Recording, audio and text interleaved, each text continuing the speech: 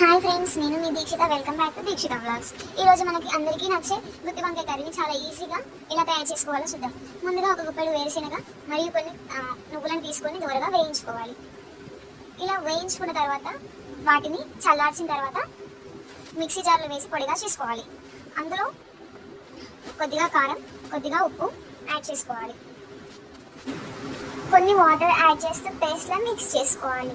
ఇలా నీట్గా మిక్స్ చేసుకున్న పేస్ట్ని ముందుగా కట్ చేసి పెట్టుకున్న వంకాయలను స్టఫ్ చేసుకోవాలి. ఈ స్టఫ్ చేసుకున్న వంకాయలు ఒక ప్లేట్లో పక్కకు పెట్టేసి తర్వాత ఒక ప్యాన్ స్టవ్ మీద పెట్టేసుకొని అందులో 3 టేబుల్ స్పూన్ ఆఫ్ ఆయిల్ వేసేసి అందులో కొద్దిగా జీలకర్ర, కొద్దిగా ఆవాలు అవి వేగిన తర్వాత మనం కట్ చేసి పెట్టుకున్న ఆనియన్స్ వేసేసి బాగా వేయించుకోవాలి. గోల్డెన్ కలర్ వచ్చేంత వరకు వేయించుకోవాలి.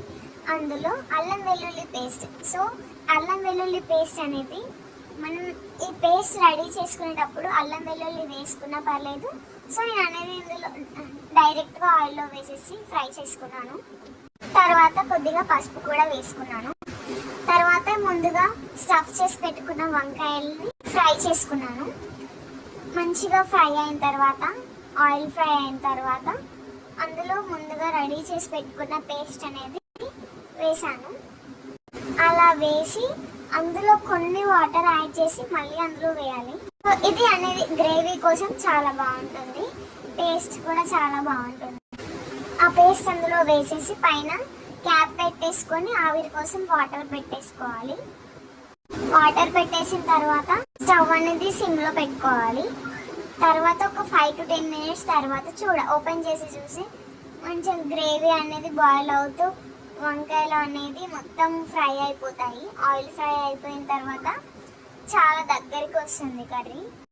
ఇలా మిక్స్ చేసి చూడాలి. వంకాయ అనేది ఉడికిందా లేదా అని ఒకసారి ఓపెన్ చేసి చూడాలి.